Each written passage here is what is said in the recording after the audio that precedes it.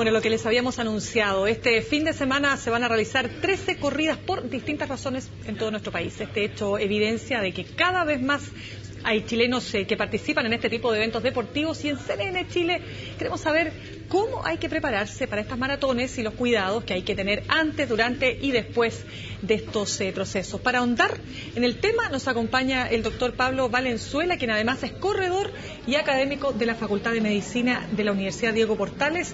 Doctor, muchas gracias por estar aquí con nosotros. Buenas tardes. Doctor, partamos por los que por primera vez van a correr una maratón. La pregunta, claro, es... ¿debe tener alguna preparación especial una persona que no está acostumbrada, evidentemente, a este tipo de actividades? Del punto de vista médico, desde que hubo este boom por correr en los distintos países, las sociedades médicas han tratado más o menos de buscar el perfil de corredor o de persona a la cual quiere ser corredor, que debería consultar a un especialista o a un médico para obviamente descartar ciertas patologías que a la larga pueden ser de graves consecuencias. En general, más o menos lo que se ha establecido es que personas que tienen, por ejemplo, más de 60 años, sobre todo sedentarias, personas, por ejemplo, que tienen antecedentes familiares de alguna enfermedad cardíaca, ya sea de infarto, por ejemplo, o de muerte súbita, que es algo ya mucho más grave, en algún familiar y sobre todo de primer grado, o por ejemplo, menor de 50 años, algo ya de riesgo, personas las cuales tienen síntomas de dolor de ser originado del punto de vista cardíaco, lo que se llama como angina, un dolor opresivo en el pecho, irradiado ya sea a la mandíbula, hombro izquierdo, desencadenado del ejercicio, que lo obliga a parar, el cual cede, por ejemplo, después de parar la actividad física. También deberían consultar aquellas, por ejemplo, pacientes los cuales tienen cansancio extremo, falta de aire, o por ejemplo que presentan mareo o compromiso de conciencia al realizar la actividad física, o sea, durante o después. También deberían consultar personas las cuales tienen enfermedades ya sean osteomusculares, artritis o artrosis también de las extremidades, deberían consultar también. Y en general todos aquellos que deberían consultar a aquellas personas que tienen enfermedades crónicas no transmisibles, que se llaman. ¿Cómo cuáles, por ejemplo? Por ejemplo, diabetes, hipertensos, personas que tengan colesterol elevado o que sean, por ejemplo, fumadores activos. Todos ellos deberían tender a tener una consulta previa, evaluarlo, ver si estas enfermedades tienen que ser controladas o descartar las otras. Doctor, ¿y cómo se prepara una persona que ya no tiene esos elementos de riesgo, podríamos decir? ¿Cómo se prepara una persona que no hace deporte, además, habitualmente? Ya, para correr una maratón no es algo como de un día para otro, sino que requiere un entrenamiento, el cual puede tomar un periodo largo de tiempo, por ejemplo 7, 9 meses perfectamente, por lo menos, para llegar en un buen nivel. Este tipo, en general, de preparación tiene que consistir en distintos periodos, en donde hay distintos volúmenes de entrenamiento, ya sea kilómetros que nos referimos, distintas también intensidades de entrenamiento. A grandes rasgos, un entrenamiento por una maratón debería tener primero como una base de entrenamiento, que se llama base de entrenamiento, la cual se caracteriza por ser un periodo de entrenamiento con un gran volumen de entrenamiento, ya sea kilómetros, o sea, una persona que hace muchos kilómetros semanales, pero de poca intensidad. Y eso en general lo que permite formar es la base, punto de vista como aeróbica del paciente, de la persona, del corredor. Y después aumentar un poco la intensidad, finalmente llegando a una etapa en donde esta persona tiene un entrenamiento de poco volumen y de más intensidad, lo cual le permite, aparte de adquirir como esa base aeróbica, entre comillas, para poder aguantar los 42 kilómetros, también tener la velocidad necesaria para correrlo de una manera también más rápida. A ver, abrímoslo con cifras concretas. Por ejemplo, ¿cuántos minutos al día debiera partir una persona? ¿Con qué ritmo? ¿Con qué? Porque estamos hablando de también con qué nivel de celeridad, ¿verdad? ¿Cuántos minutos, por ejemplo? Mira, es súper relativo. Me imagino, tiene que ver con la edad, con un montón de factores. Pero si la persona hablemos de una persona de 30 años, ¿ya? Que trabaja, que tiene una vida, digamos, relativamente sedentaria. ¿Cómo tendría que proceder? Mira, esa persona, lo importante es que, bueno, si no corría antes, en el cuerpo tienen que llegar a ocurrir cambios del punto de vista muscular, óseo, cardiovascular, importantes para poder aguantar la carrera. Y lo importante es que el tiempo de entrenamiento o el periodo o el tiempo que va a estar entrenando sea súper progresivo. Esa persona, por ejemplo, si no hace actividad física, puede partir incluso caminando 15 minutos diarios, trotando o 15 minutos diarios, y ya teniendo, por ejemplo, un par de meses o un mes en donde ya puede, por ejemplo, estar trotando 20 minutos o 15 minutos y ya empezar a hacer distancias más largas. El tiempo en sí, decirte cuánto tiene que ser estrictamente, es súper relativo. Pero hablemos de otro tema que es también tremendamente importante para prepararse para una maratón, que es la alimentación previa. A ver, ¿cuál debe ser esa alimentación? Porque se habla de mucha agua, mucho carbohidrato, ¿es así? Mira, hay cosas que son fundamentales para poder correr la maratón. Hidratación, sí o sí, es una persona tiene que estar en un buen nivel de hidratación, idealmente hidratarse antes de la carrera, o sea, se ve que hay beneficios, por ejemplo, de la persona que se están hidratando hasta 20 minutos antes de la carrera con una determinada cantidad. En cuanto a los otros que son nutrientes, es importante que la gente sepa de que hay dos cosas que son más o menos fundamentales para poder aguantar la maratón: carbohidratos y grasas.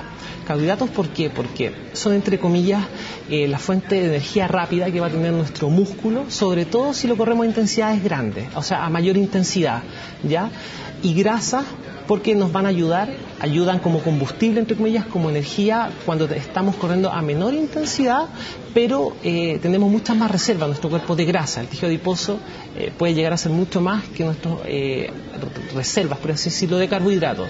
Y lo importante es que la gente, si alguien va a preparar una maratón de manera rigurosa, tiene que saber más o menos a qué intensidades correrla, que eso se evalúa en consumo máximo de oxígeno, por ejemplo, y tiene que ser para poder aguantarla no más de 80%, porque eso agota todas nuestras reservas de carbohidratos, pero por ejemplo 63, 70% de como nuestra capacidad máxima para correr, es un nivel en donde podemos echar mano a grasa, que nos van a dar mucha energía, y también carbohidratos, que es como lo más rápido, ¿no? Doctor, pregunta, ¿el calentamiento previo es fundamental? Sí. Obviamente, para prepararse para correr, en el momento de correr la maratón, uno no puede llegar como frío, entre comillas. Y sí es necesario tener un momento de precalentamiento previo, en donde se hagan ejercicios de elongación dinámica, por ejemplo, de estar trotando un poco de manera suave, ejercicios antes de, obviamente, el momento de correr la maratón. ¿La zapatilla? ¿Es importante el tipo de zapatilla que se ocupa? Sí. Mira, si bien en el mercado hay un número muy amplio de zapatillas, distintas marcas, distintos modelos, hay que tener como claro que hay un grupo de pacientes los cuales sí se benefician de tener una evaluación de la pisada, que se llama, en donde son personas las cuales tienen alguna alteración estructural de la pisada, por ejemplo, o pie plano, o pie cabo, o personas las cuales tienen pisada ya sea pronadora o supina, un tipo de pisada. Ellos sí se benefician de que los evalúen, o sea, con una evaluación de la pisada, eventualmente también un traumatólogo, ortopeda, el cual también le puede dar recetar plantillas, por ejemplo, y así la persona puede tener tanto plantillas si las necesita, o una zapatilla en la cual le dé soporte especial para su tipo de pisada. En eso sí es importante. El tipo de zapatillas es súper amplio, ya que tenemos marcas y modelos bien distintos. Doctor, ¿qué tipo de lesiones están asociadas a las personas que corren normalmente? El corredor tiene, en realidad en todos los deportes uno se espera que, dependiendo del tipo de deporte, haya un perfil de lesiones más o menos establecido. En el que es corredor, lo que es el sitio que más se lesiona es la rodilla, ¿ya? Entonces, desde el punto de vista de la rodilla, hay distintos síndromes de dolores. Dolores que son mediales, o por decirlo por al medio de la rodilla, que son dolores de origen femoropatelar, dolores que son de origen lateral, por ejemplo, en la rodilla, que es síndrome de la bandiliotibial, ¿ya? Lo que se recomienda sí que si la persona tiene alguna lesión de rodilla, que es como lo más frecuente en los corredores, sí o sí consultar a un especialista, en este sentido un traumatólogo. Doctor, y por último, los síntomas que hay que observar siempre cuando se está en una carrera para tomar la decisión de parar y no seguir entonces en una maratón. Ya, en ese sentido va a depender más o menos de lo que esté presentando la persona. Por ejemplo, una persona que ya es mayor de 35, donde se puede ver que puede llegar a presentar algún problema, por ejemplo, cardiovascular, como enfermedades al corazón, o sea, las arterias coronarias. Si llegara a presentar, por ejemplo, dolor al pecho, sería algo también súper importante que se tuviera. En general, uno habla más o menos como que la persona esté ya sea fatigada en ese sentido, y que esa fatiga puede corresponder a muchas patologías, o también que colapse, o sea, que caiga al suelo y se desmaye. En sí, de las cosas que hay que tener cuidado son, por ejemplo, de los cambios de temperatura, que una persona desarrollando deporte puede presentar un aumento de la temperatura o golpe de calor, que se llama, dependiendo de las condiciones, ya sea que haya mucho calor, mucha humedad, que son mecanismos, son estados los cuales nos impiden eliminar de manera adecuada el calor que se está produciendo. Hipotermia incluso puede presentar, cuadros de origen cardíaco, como te dije, o sea, infarto, muerte súbita, pérdida del conocimiento, alteraciones con el metabolismo como energético, hipoglicemia, por ejemplo, donde también va a sentirse muy fatigado, va a necesitar parar, mucha hambre, por ejemplo. Y también algo que se ve actualmente y que es súper importante que la gente lo tenga en claro, que son los problemas en relación a la hidratación, ya sea deshidratación o sobrehidratación incluso, que puede llevar a tener problemas la gente que en una carrera de 42 kilómetros para en cada una de las estaciones a beber 2 vasitos de agua, 2 vasitos, y al final puede llegar a tener problemas con el sodio a nivel sanguíneo, que es algo ya grave. Una persona puede llegar a morir incluso en ese sentido por lo que se llama hiponatremia inducida por el ejercicio. Por lo tanto, en sí la persona que se sienta fatigada, débil, que no puede terminar la carrera, sí o sí, porque eso puede corresponder a muchas distintas cosas. Bien, doctor Pablo Valenzuela, queremos agradecer su tiempo con nosotros aquí en CNN Contigo. Muchas gracias. Nosotros cerramos estos 30 minutos informativos, ya viene más Sala de Noticias.